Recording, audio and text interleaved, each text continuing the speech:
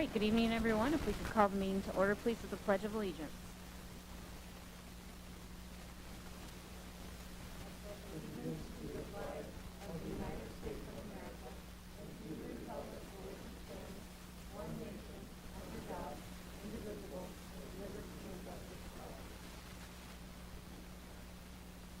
Thank you. Welcome, everyone. Roll call, Mr. Lundberg. Cullen. Yes. Bodie. Bumper. Baxter. Yes. Schrader. Yes. With that, we have an agenda in front of us. If there are no questions, concerns, or changes, I would entertain a motion to approve the agenda as presented, please. So moved. Second. There's been a first and a second. All those in favor? Opposed? Motion passes. Thank you. There are no conflict of interest disclosure or waiver requests tonight, so that takes us to approval of the minutes from the regular meeting on September 10th and September 24th. If there are no changes or corrections that need to be made, I would entertain a motion to approve those as presented. So moved. Second. There's been a first and a second. All of those in favor? Opposed? Motion passes. Thank you. Before we go any further, I just want to say a thank you to Mr. Odie and his wife Jane for a board retreat that we had last night. It was wonderful. Food was good. Company, you know, it was all of us, so it was a little questions. No, I'm kidding. It was good. But just thank you so much for opening your house to us and having us there. That was very much appreciated, so thank you. Financial items, Mr. Lundberg. Feel free to interrupt me on any questions the board has on the listing of invoices that we submitted to you in the board packet. I did itemize a couple. I'll page through here and see where they're at. On page 7, High Point Networks, you'll see a charge for $19,200. That's where we store all of our information offsite. A couple years ago, we put out a little RFP on getting that stored offsite, and that was one of the least expensive areas. It is expensive to store that stuff offsite. Is that an annual number? Yeah, annual. Yep. Then on page 11, Mid-American Golf and Landscape, $93,847. That's the final payment on the high school football field turf. The total project came to $938,470. The engineer fees were $105,000 for a total of $1,045,000 on the high school field turf project.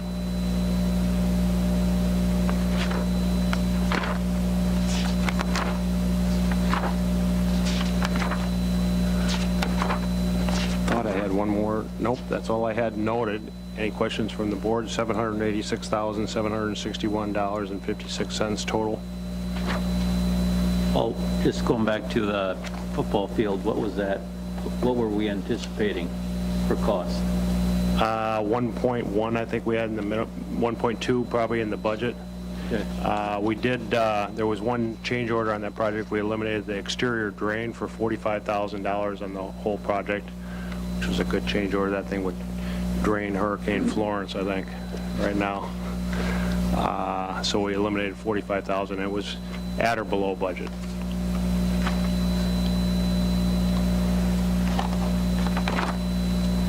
There was $48,946 of pay vouchers and $119,000 of food service bills also that we submitted to you.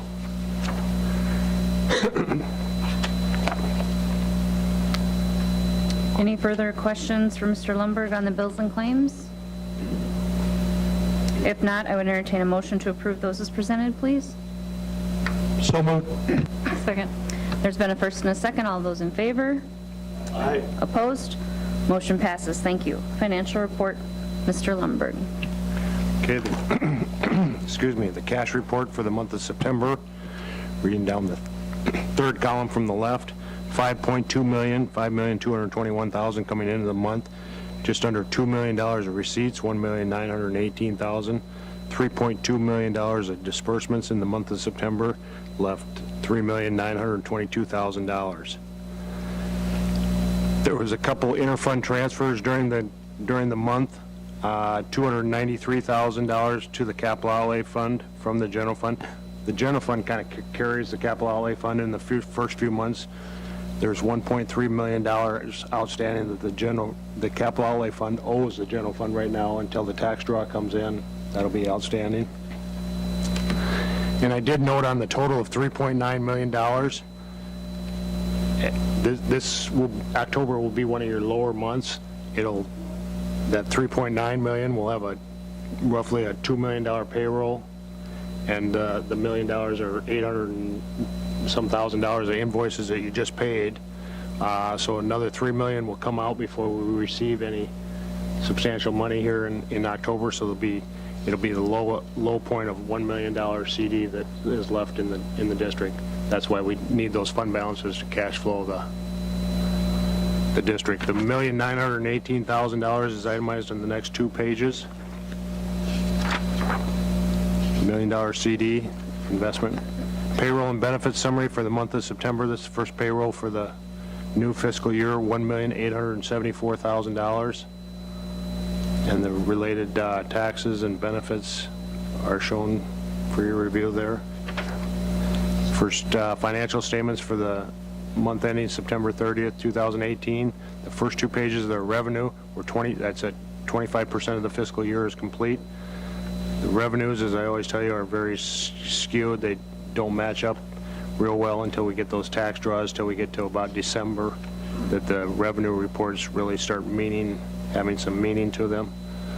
The numbers that are handwritten in there are the numbers from last year at the same time. Pretty much on the revenue sides, compared to last year, relatively the same. On the expenditure side, I did want to point out, each page is a different fund. The first page is a general fund. You can see we're 16% expended versus 25% expended last year.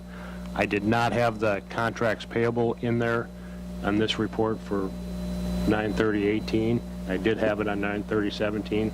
That's the difference in those. It's about $2.2 million of contracts payable, the teacher's salaries from July and August. I did not get those incorporated in the financial statement. So if you put that $2.2 million in there, it would be 25% expended, very comparable to last year. Capital outlay fund on the next page is 61% expended versus 54% last year. Special education fund is 15% this year versus 29% last year. Once again, it's the contracts payable, and we are making quarterly payments to East Dakota Co-op this year instead of one annual payment, so that's a substantial amount of money. That the percentage this year will be a little bit less each month compared to last year. The retirement fund is 100% expended. The food service fund shows a loss of $17,000 versus $41,000 last year. The difference between those two is workers' compensation this year did not get included this month. It'll be included next month in the financial statement, $30,000 difference. So 30 plus the 17 would be $47,000 loss versus 41 this year, so very comparable. Trust and agency account shows $131,475 on amounts that we hold for others. The wage deduction account and the flex benefit and self-insurance funding accounts are listed for your review. Questions? I have a quick question on the food service department document. It says donated commodities budget 200,000 and then actual 0. I was just wondering what that. Generally, what I do with that is that commodities come in each month that we get from the federal government, the free things that we get there, and I don't make that adjustment because it's an in and out. What I show as an expense or a revenue, then I show as an expense too, so it's those numbers become pretty much identical. So I wait till year end to make the adjustment, so it'll show up as 0 until next June. I just wait till the year end to make that adjustment because it's what goes in comes out. I show the expense for every dime of revenue that goes in there. Yep. Anything else? Hearing no other questions, I would entertain a motion to approve the financial report as presented tonight. So move. Second? There's been a first and a second. All those in favor? Aye. Opposed? Motion passes. Thank you. Thank you very much, Mr. Lundberg. That takes us to general business. First, we have administration reports, the Administrative Center, Superintendent Larson. Yeah, thank you so much. Couple of items to update you on. Our facility review committee is in progress, as you all know, and that is our proactive approach to planning for growth. I would note that we met, our first meeting was on Wednesday, September 22nd. At that time, we reviewed current school and district enrollment, and then also reviewed our current facilities and their respective capacities, obviously in much greater detail than that overview, but that's what meeting one generally looked like. Meeting two will be held this Wednesday. We will have a review of the residential and student growth in the Brandon Valley School District. I would tell you that Mr. Reed from the city is going to be joining us to go over the community of Brandon's residential growth and provide us with some information from the city standpoint. And then Operations Manager Henschel and I met with the City of Sioux Falls Planning and Zoning and garnered the information that they are to share, and we'll be providing that to the group. In addition to that, we will be reviewing and analyzing our 2 locations that we have available for an elementary building site. So that will be a component of meeting 2. Again, that group's charged with developing a non-binding facility recommendations to this Board of Education, and then also developing a long-range plan, long-range vision for the Brandon Valley School District. I suspect and anticipate a tentative formal report to the Board of Education in November at the second meeting. So that's tentatively what we're planning if things go as according to plan. Would note, fall parent-teacher conferences are right around the corner, regular dismissal days for our students, and then we hold parent-teacher conferences from 3:30 to 9:30 p.m. Elementary buildings in the high school are on October 15th. Tuesday the 16th is for intermediate school and middle school students. An event that I want to draw your attention to, I know we mentioned it last meeting, I want to continue to mention it. The newspaper recently did a very nice article on it, which Mr. Schleckaway provided an overview of the event. But it's the post-secondary planning event, college and post-secondary planning event for our high school students. It will be held in conjunction with our high school parent-teacher conferences. I believe it is slated to be held from 5 to 8 p.m. in the auxiliary gymnasium. Approximately 40 different organizations being represented, 4-year universities, 2-year technical schools, and the branches of the military. So all of that aligns directly to our strategic plan and the parent and community engagement and preparing our kids for life after high school and helping them understand all of the options and opportunities that they have available to them. In addition to that, I wanted to just, again, provide some foundational work regarding the work that's being done by members of this board and then also our high school administration on the topic of internships and apprenticeships and also CTE programming. So what they're doing is they're engaging in a few different things. Primarily, they are visiting regional sites and their innovative CTE programs. I believe it is in November we will be traveling with a group over into Minnesota, and they have a variety of CTE innovative programs in school districts over there that we'll be taking a look at and we'll be evaluating as we consider, what we look like long-term, 20 years down the road, start to lay some of that foundational work regarding what could we look like, what could we have for specialized programming, those types of things. In addition to that, members of that group will be traveling to Yankton.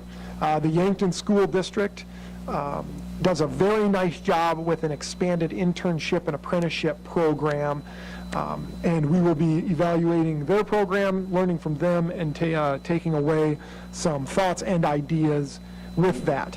I would also note that it's a collaborative relationship with the Chamber of Commerce, because as we approach the concept or the idea of internships and apprenticeships, naturally we're going to need businesses to be on board, and there's no better way than to incorporate the Chamber of Commerce and work through their office. So we look forward to expanding on that relationship, which is another one of those items that's aligned to the strategic plan, which is another one of the reasons why the folks are with us this evening to share some of the work that the Development Corporation and also the Chamber have jointly done together. So excited about that work continuing.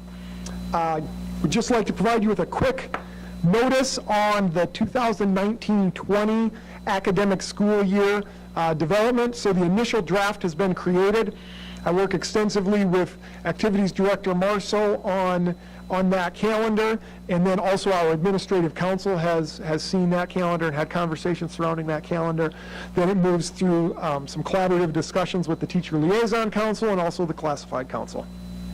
I would note one thing that has been established, and there's really not a whole lot of changing it on that, is we have moved parent-teacher conferences earlier in the school year for 2019-20.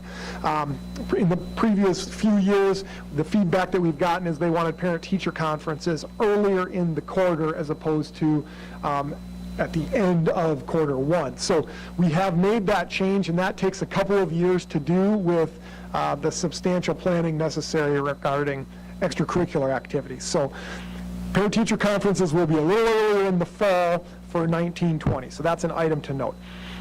With that, the tentative adoption timeline, you'll look at an initial presentation to the Board of Education in early January, and then an adoption in late January or pending or potential action in late January at your second meeting. Couple items to note on the current calendar. The month of October, the Links Way emphasis is on responsibility. If you have not, please drive by either the middle school or the intermediate school. They have some outstanding quotes surrounding the topic of responsibility, and my hat's off to the administration on incorporating that into their marquee signs.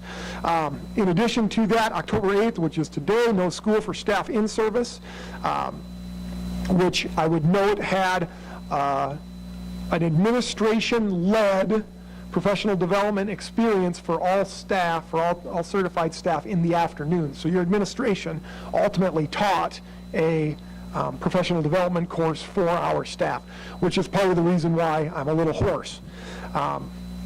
In addition to that, conference is coming up. No school on the 19th. It is a comp day. No school on November 12th.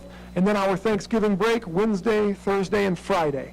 At this point in time, that's all I have to share. I would certainly field any questions you have before I move to a quick overview of our boundary line proposed changes. I don't have any questions, but I would just want to make a quick comment. I really appreciate the administration leading classes like they're doing. I just think that's a really awesome thing to show by example. And yeah, so I just think that's a really good thing, and I appreciate that. So thanks. Okay. Seeing no other questions, Fred Assam Elementary School boundary line proposed change effective 2019-20. So to this point, I would tell you that I communicated via school messenger to all parents. I have also communicated to the local newspapers via my weekly article regarding the situation that we are in regarding our Fred Assam School boundary line and what is a proposed change effective for next school year. I would tell you that at this point in time, formally at the board level, we have 3 items slated, and that would be on October 22nd, you will receive an informational presentation from me, basically outline the reasoning and the rationale on why the change to the boundary line is necessary, some data and some information regarding capacities, regarding some information about facilities, those types of things. We'll hold a public hearing for public comment on the 13th at 6 p.m. prior to the regularly scheduled board meeting. And then ultimately, I intend to provide a formal recommendation for the 2019-20 Fred Assam boundary line at our second meeting in November. I would tell you that as a growing school district, at times this is necessary. Undoubtedly, it is challenging and can create some difficult conversations or some difficult transition times. With that, we'll work to minimize impact on students and develop the very best recommendation we can. I would note that we don't have a date yet, but we are planning on scheduling a meeting and an opportunity for myself to meet with the Fred Assam EL parents specifically and try and garner what is the best approach forward regarding our EL program. And I'm not going to go into great detail this evening.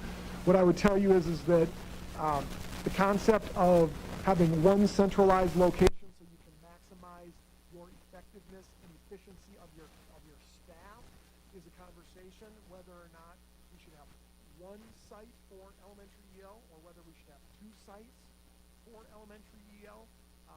Again, so staffing and available resources, some of those types of things become part of that conversation.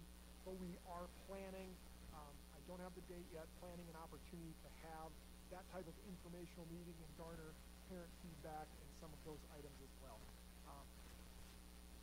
I will certainly include that information if available at the informational meeting, and undoubtedly that will play a part into the formal recommendation that we make. It's not a delightful challenge. Building schools and deciding where to build schools and going through that process is really a delightful challenge. Altering boundary lines are never a fun task, so we understand that there are some difficulties within the complexity of the situation. So that is the general timeline of that process. So certainly would field any questions you have on that item, and there certainly is more information to come, so you have more opportunity to comment and or ask questions on that. But with that, that's all I have. For clarification, the public hearing will be for both those in the community as well as for teachers and staff. Is that correct? A public hearing held at 6 p.m. would be just like our annual budget hearing, which would be open to any individual regardless of whether they're an employee or just a patron or a parent. It's open to the public. So you're not planning any additional meetings for Granite Valley staff and teachers, correct? Not unless they request my presence and or ask me to attend and provide clarification, which has already happened. And then in the event that they wanted an additional meeting, they certainly would be able to make a request, and I certainly always try to accommodate anytime a group of individuals request my presence and information. Good, great, Yep. thank you. When were you going to meet with the EL parents? Date to be determined. We'll work through our EL staff and those individuals that have those relationships and offer up a night. All I asked was for a few different options so that I was available. So yep, that's again, as far as when, I don't have that date at this exact time.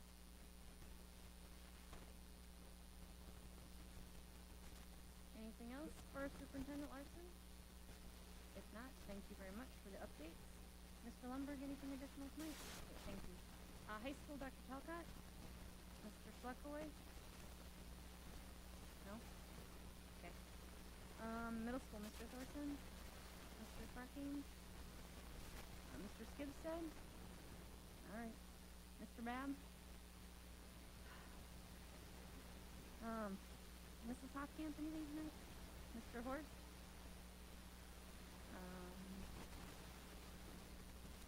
Okay, I will. Ms. Wilson, Mr. Henshaw, Mr. Mark.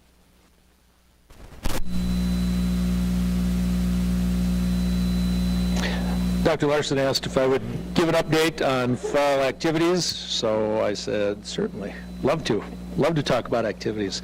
So I'm just going to go alphabetically with athletics, cheer and dance. We just hosted the Brandon Valley Invite. We had 18 schools here Tuesday. That's why it smells better in this room, in this hallway, because in the past you've smelled the football locker room, and after last Tuesday night, that neutralized it really, really well with that hairspray and perfume. So had 18 schools. Reason we had so many, it was a long event. It was a 4-hour event because we host the state in about 11 days here in the activity center. So they like to come and get a feel for the facilities, and we had Rapid City Stevens and Aberdeen and Pierre, and they all came on a Tuesday night, so that was a good thing. The ladies are at the Metro Invite tonight at the Pentagon, and ESD Thursday in Harrisburg. Cross country, both teams were runner-up at the ESD conference in Yankton on Saturday. The Metro Conference is this Thursday, and then the state meet is in Sioux Falls next Saturday, the same time we're hosting cheer and dance. Football's 5-2, won their 9th ESD title in the last 10 years. That's already wrapped up. Only 9 days until the end of the regular season with football. So we play at Yankton on Friday, and then we host O'Gorman next Thursday, and then playoff game, and we're hoping to be able to host that also on October 25th. Boys golf season is complete. They finished 8th at the state meet. We had a young man, senior, who had his best 2 days ever as a golfer, finished 6th at the state meet. He was in second by himself at the end of the first day. Jackson Favors did just a great job, and 8th place was a great accomplishment for those guys. Boys soccer was a 6th seed, hosted our first ever boys playoff game, won our first ever boys playoff game, and then lost in a shootout at Spearfish on Saturday. So shootout is, we played 80 minutes of regulation, played 20 minutes of overtime, it was still tied 1-1, and then go to penalty kick shootout. Girls soccer was the 5th seed, won our first round at home, and then we went to O'Gorman and played 100 minutes and went to a shootout and lost in a shootout. So shootouts were not kind to Brandon Valley on Saturday. One note I'd like to make to the girls, I talked to them after Coach Shop talked to them on Saturday. Soccer was a really cruel sport to our girls over the last 2 years. Last year, they lost in a shootout to O'Gorman on our home field. Their last 10 matches, they didn't allow a goal.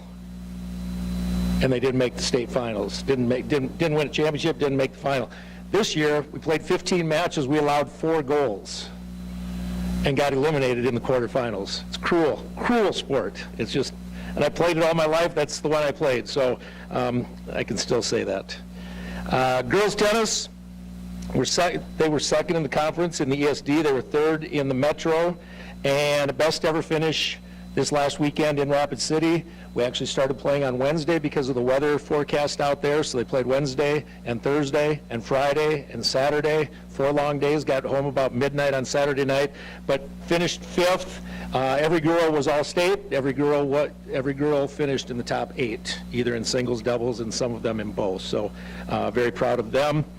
Volleyball is the longest season in the fall. They're about almost 2/3 done with their season. Have a lot of matches left. The exciting part of the volleyball season for me is that next weekend, while we're hosting cheer and dance here, the volleyball had to go someplace to do something, so we're sending them to Rapid City. Yankton and Harrisburg and Brandon Valley, Watertown and Brookings, the five I-29 schools, are going west to play the 5 West River schools in 2 days at 2 sites in Rapid City, and then next year they'll come out here and do the same thing. So it's more of that, since we went to single round robin and the seeding, statewide seeding, it's just a way to get a more true seeding formula and get the right teams into those playoffs and seeded. A couple of fine arts things. Fall play. 115 kids picked up audition packets for the fall play. Unfortunately, only about 50 of them were able to be cast and crew members. So it's a great thing. Melanie Siddig was just ecstatic. She had to keep coming in and making copies of audition packets, and she was really, really, really excited about that. And I told her, you know, that means you're going to have to disappoint that many more kids. And she knew that, but that's a sign of kids wanting to participate, wanting to be a part of our theater program, which is a great thing. So November 8th through the 11th, 25th annual Putnam County Spelling Bee will be in the Performing Arts Center. And then the marching band, they have been to Rosemont, Minnesota, Marshall, Minnesota, Laverne, Minnesota, hosted the Big Sioux Review, and last weekend the Sioux Falls Festival of Bands, where they were second in the class in parade, they were first in their class in field prelims, and they were 4th overall at the Festival of Bands, which is kind of the biggie of this area. So showed very well. They go to Orange City this Saturday, and then on October 19th and 20th, that really busy weekend that I've already alluded to, they're going to get out of here too while all those cheer and dancers are here, and they're going to go to Indianapolis, Indiana for the Bands of America. That's the first time we're doing that, and kids are very excited about that. and really working hard, looking forward to that. So I'm sure I forgot somebody. Certainly wasn't intentional. I hit all the athletics and the two big fine arts that are in full swing and doing things right now. Any questions for me? Is that thing in Indianapolis a competition? Yes, it is. It's actually called Bands of America. It's a regional competition. I think they hold 6 of those throughout the country. We actually wanted to go to St. Louis when we started planning, but that weekend fell on All-State Chorus and Orchestra, which is the last weekend of October. So they shifted their thought. Couldn't do it that weekend. What was another weekend that was available, and going to Indianapolis. I think Lincoln is going to that. Roosevelt has done that in the past, and what we're doing is we're trying to go to that every other year right now is our thought. In those years, we won't, as a school district, we will not send them to Minneapolis twice, or Omaha and Minneapolis and those kinds of things.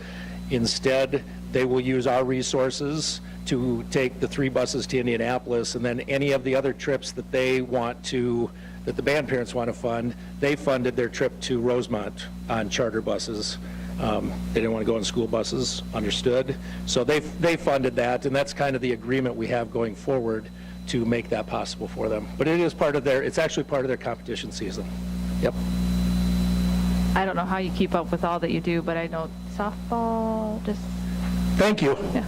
Yep. I'm partial. Nope, that's so good. Sorry. Nope, I said, I bet I missed somebody. Yep, absolutely. And they're actually having their awards dinner right now. So softball, after 3 years in a row in the championship game with the varsity, finished 5th on Saturday. They went 3-2 in the tournament, had 2 girls selected all-state. I'm not saying names yet because I don't know if they even know yet. So, and they had 3 all-conference selections. I just got those today. Our JV softball the week before was runner-up at the state to Roosevelt. Roosevelt won the varsity and the JV both state tournaments. So thank you, Ellie. Thank you. Appreciate it.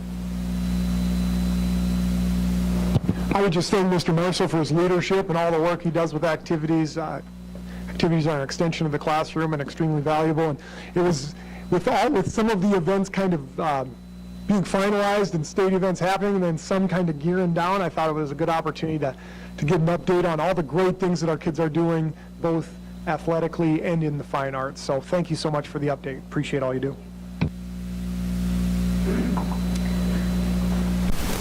Okay, that takes us to general business, and the first item we have under there is the joint strategic planning between the Brandon Valley Area Chamber of Commerce and the Brandon Development Foundation presentation.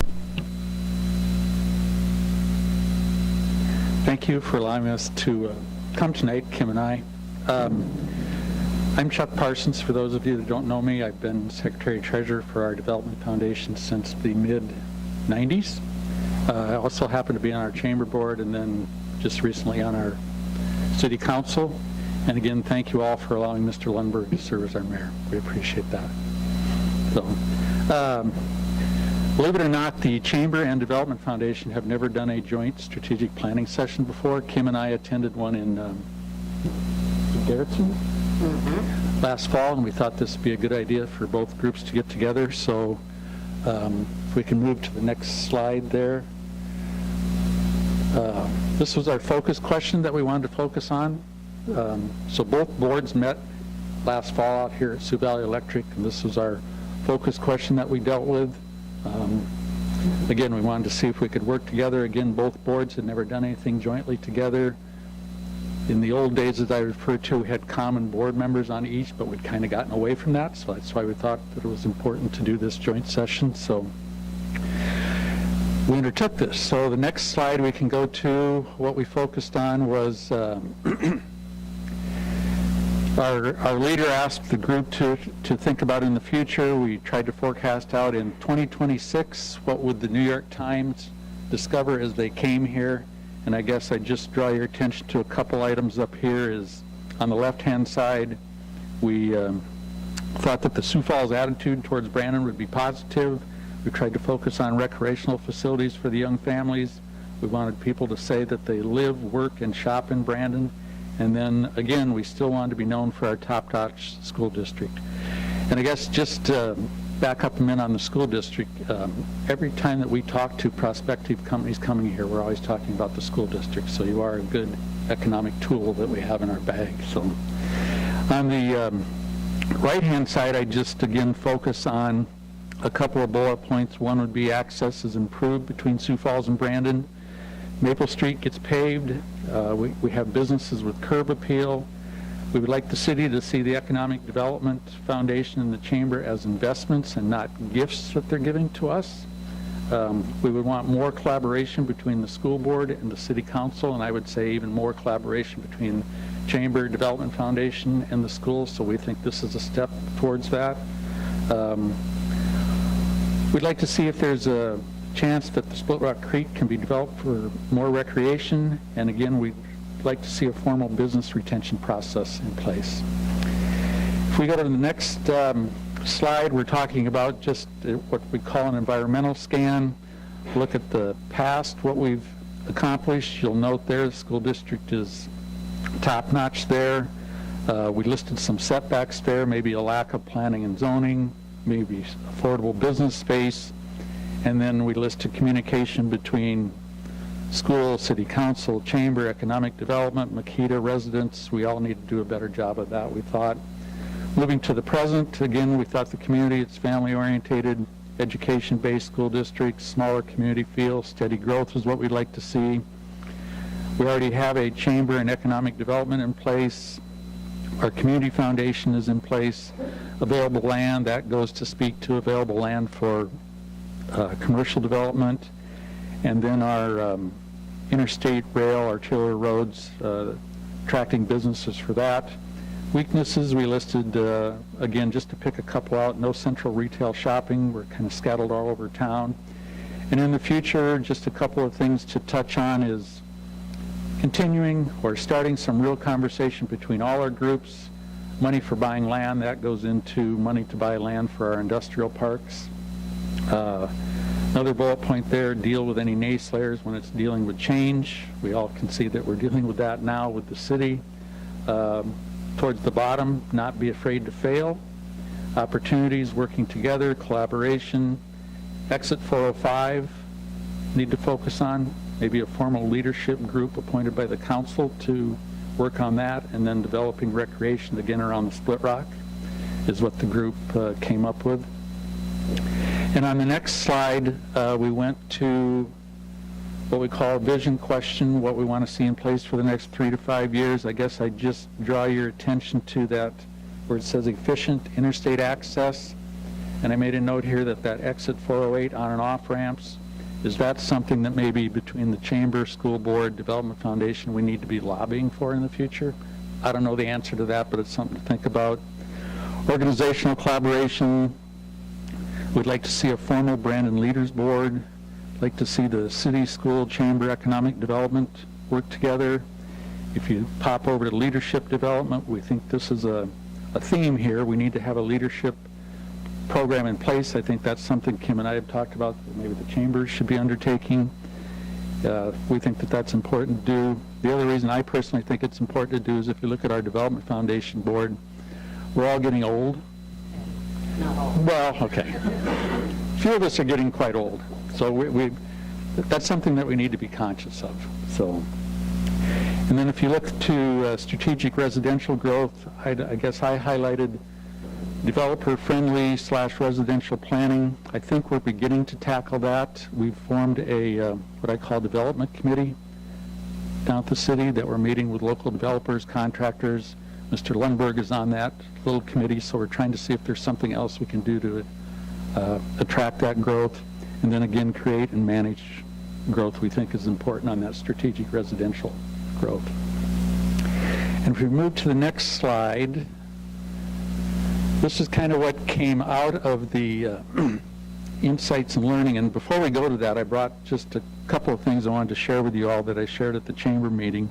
I went back in our archives of the Development Foundation, and since 1983, we've developed 320 acres of industrial ground in Brandon. We've added 1,400 new jobs, and we increased the assessed value by $60 million to our tax base. And then the Rovang Industrial Park will be our 6th industrial park that we've opened up here in Brandon, so we're pretty proud of that. So, the insights and learnings is just what came out of this strategic planning session, and I can just go down the list, and we, both boards thought when we started this that maybe wanted to merge. We don't want to. We came out of that thinking that we're two distinct groups. We can continue down that path and still be successful. We will both collaborate. I can tell you that that's being done. We've got some more common people on our boards like Kim and some others, so that's happening. If we jump down to the economic development should speak at the chamber annual meeting, we've been doing that. Kim has worked with me to get more of a current list of people that we can recruit to be part of the Development Foundation, so that's being done. We decided that we don't need to be sharing space with the chamber right now. We're going to move to maybe incorporate that more down at City Hall. I can tell you that that'll begin happening.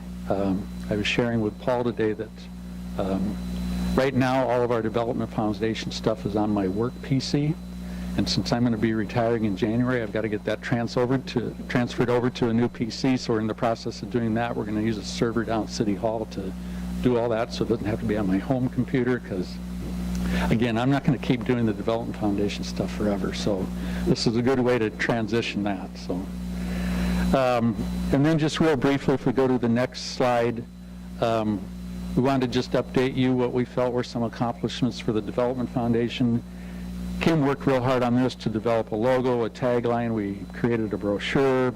We updated bylaws. We included some ex officio members that we had kind of lost sight of. And then looking forward, again, this gets back to the planning for when people like myself and Dennis are getting older and not going to keep doing things. We're really stressing to the city that whenever Dennis picks a time to retire from the city, we need to look for that position to be that economic development person for the city. So I'm confident that the city will keep talking about that. And then just real briefly, I'll show you, so this would be all north of the interstate. We've got very little land left there in the Corson Industrial Park. The Corson Industrial Park would be all the land that's east of Marmon. So we've got very few lots left there for development. I think it shows like 3 parcels there, so we're about out of land there. If you go on to the next slide, we can show you the Brandon development. Well, it shows you a couple buildings that we have for rent right now, which we really haven't had before, so we think that that's a good thing to have. The next couple of slides just show buildings that we have for use there, and just give some basic information. They're listed with realtors, so we hadn't really done that before. And then the next slide gets into the Brandon Industrial Park, and I know on that one, I'll point to this parcel on, so we've got one other parcel, but that's under first right of refusal, so that's what led us to go north, which would be the next slide, to the Rovang Industrial Park, which we've just opened up with rail access. Roads and utilities were all completed last month, so we're ready to go there for what we can, to have land to sale. So any questions that I can answer before I turn it over to Kim? Am I correct? Rovang is located directly north of Marmon. Yep. Am I right on that? Okay. Yep. And there'll be some land there to the east. Yep, please do. So there's a detention pond here, so all of this will be rail. Yeah. Rail will have to here, then this all will not. And some of the parcels are 2.3 acres, give or take, and then some are larger? And is that, They could be. okay, You know, it's just, that's our rough concept of what we think it could look like. Somebody could come in and go, I want to buy all of that. okay. Got it, okay. That's just our best guess as to what it might look like. The reason we parceled them out in acres like that, that's what's been selling in the current park right now, is 2 Sure. and 3 acres plots, so. Very good, thank you. Yep. I'll turn it over to Kim. All right. Well, my name's Kim Serwick. I'm the President and CEO of the Brandon Valley Area Chamber of Commerce. I'm also on the board for the Economic Development Foundation, which I would like to think, or I would say, is one of the best-kept secrets in our town. They've been going since '83, but did you really know who's on it, what they're doing? You've seen it. The industrial parks that we have are amazing. I always bring props along, so I'm just going to hand them to you now. You can browse while I speak.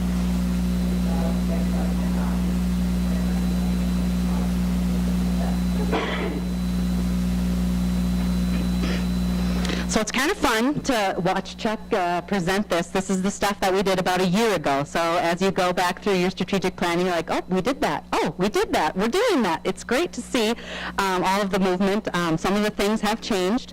One of the goals that was realized through this planning was our new location at the Chamber.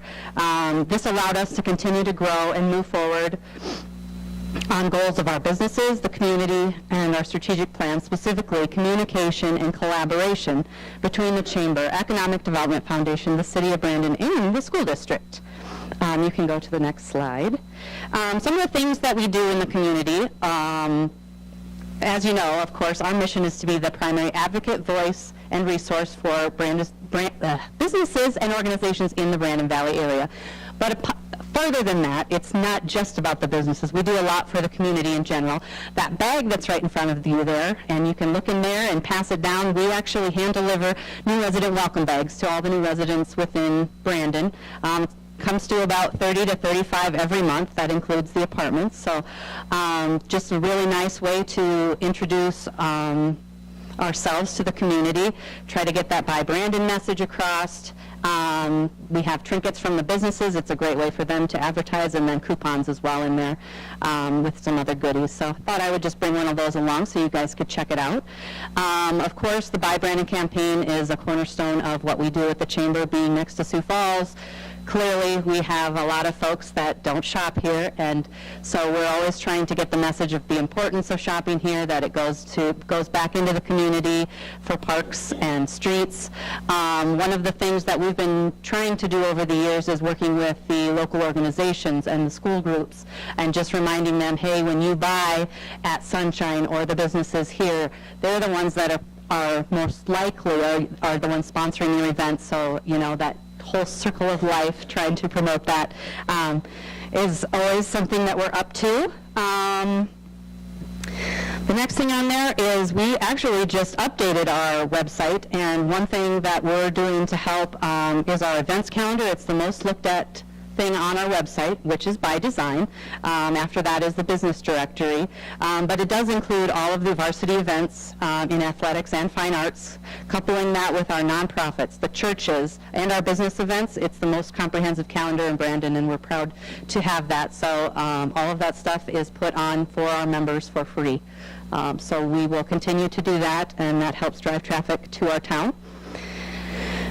The next slide. Oh, I guess the last thing on that last one was visitor welcome bags. We actually started that this year. We're trying to get coupons out to all the visitor teams, whether it's school sports or other organizations, trying to get coupons to the coaches to try to keep the folks in town between games and things like that. So just another Buy Brandon campaign type deal. One of our most successful events that we started here in 2013, actually American Express started Shop Small Saturday in 2010. We kind of jumped on board in 2013. It's turned into the biggest shopping day in Brandon. It is the day after Black Friday. So hopefully you've seen these postcards come in your mailbox. We're doing that again this year. Just a fun way to get people out and shopping. And this will be our 5th year. And the last slide, I guess, kind of goes to our newest publication. The one that you have in front of you is the Inside Brandon. That was our second one. We did one in the spring as a partnership more with the city, trying to get all of that water information out, the watering schedule, all of those things. And now the second one, we thought, you know, fall is really geared more towards school. So I didn't know if you had gotten that in your mailbox. If you live outside of 57005, you probably didn't. The way that it is structured right now is that we mail it to all houses in 57005. So we're not hitting the whole Brandon Valley School District at this time, but maybe as we make it grow, we'll be able to do that as well. But one thing that we did this year that is kind of on the cover a bit, and inside there was the partnership with the Athletic Booster Club for the Pigskin Classic and our Brandon Expo, which we thought went really well. We're excited that we get to probably do it again next year, and we do have a plan. Oh, you're right behind me. Where did Mr. Marceau go? Okay.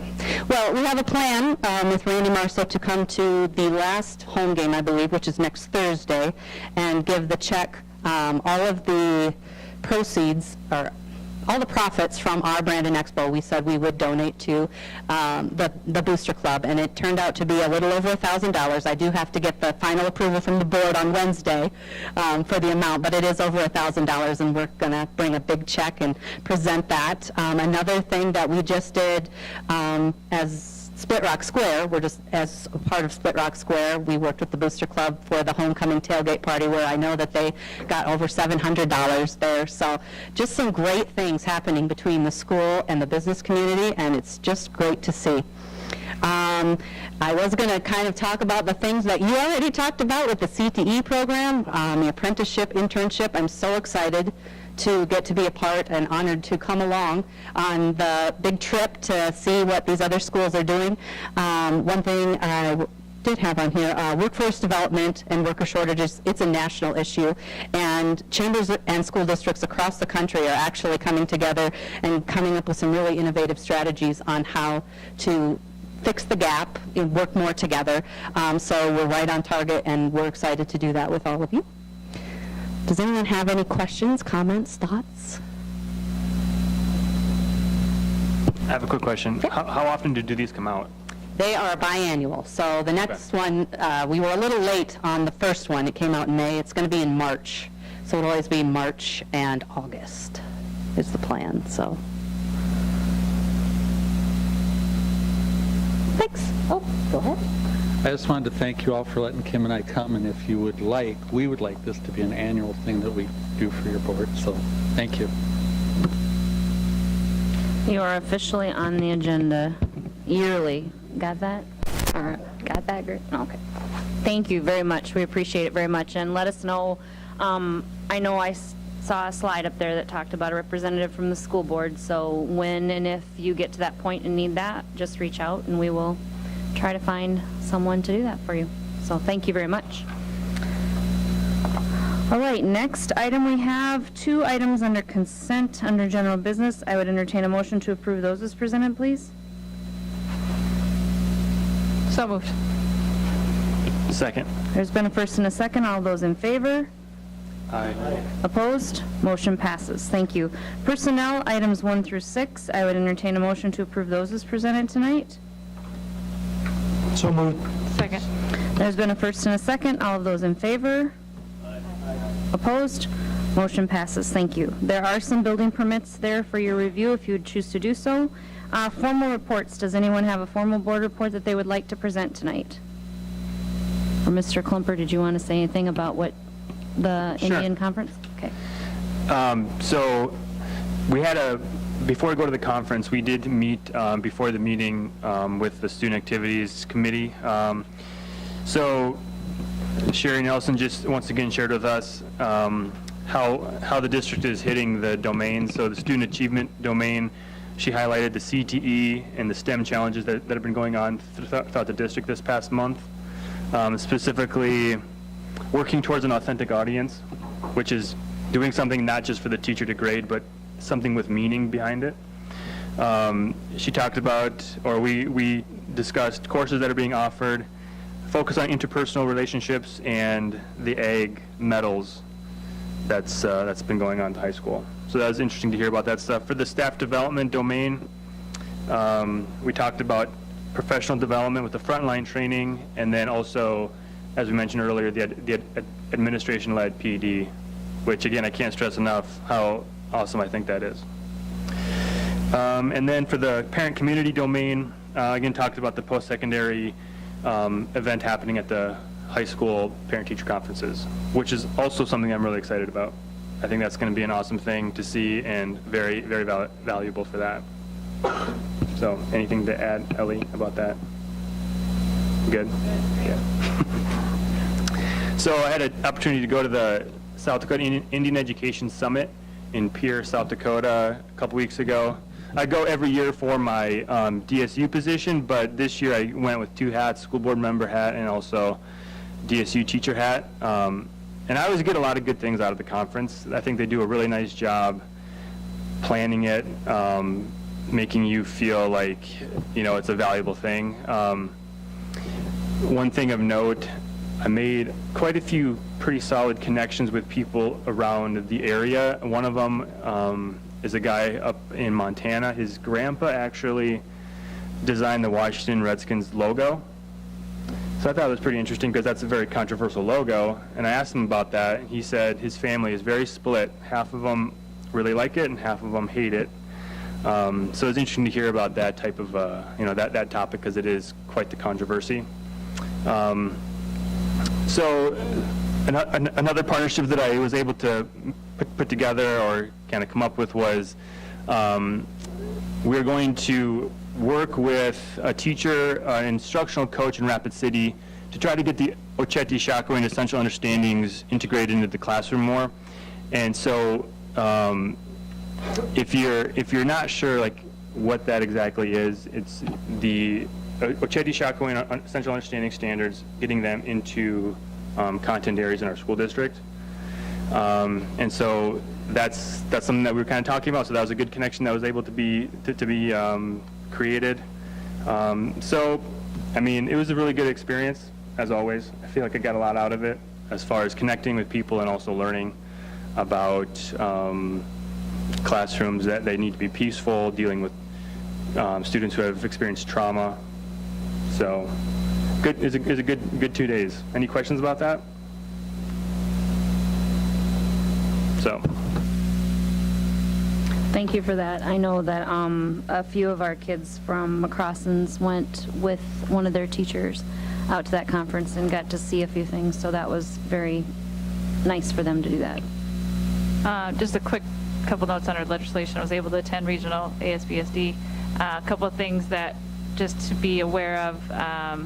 HB 1128 will be a hot topic with the half-penny sales tax from online and where that's going to go, and if we're able to bring it into the educational budget, regardless of who gets, you know, elected, they're going to be seated with a big bill on their desk and where they're going to put that money. So that's something to kind of keep top of mind and to watch. Otherwise, big topics in education this year are going to be mental and behavioral management in the schools. As much as we want them to focus on that in the schools, they're going to first try to focus on that in healthcare. So it's still a win for us, but that's just something to be aware of. The other one is school safety, and that is huge. So that is something they're trying to see how they can make that more consistent across the state, because in other states they've made it transparently reported. So as much as they look at test scores and student to teacher ratios, they're on all transparently reporting safety. So looking at, is that going to be something to do in South Dakota? So those are some things that came up, as well as funding.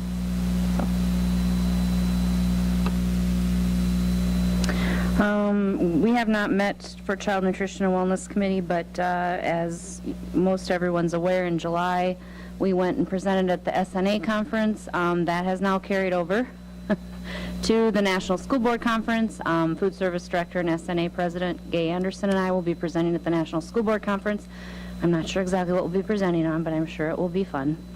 So, and we'll be in Philadelphia for that, so that will be interesting. But Brandon Valley School District is getting some really nice, exposure with her being the SNA president, so it's very beneficial for our school district. Anyone else have a report tonight? If not, that takes us to the end of our regularly scheduled agenda. I would entertain a motion to adjourn, please. So moved. Second.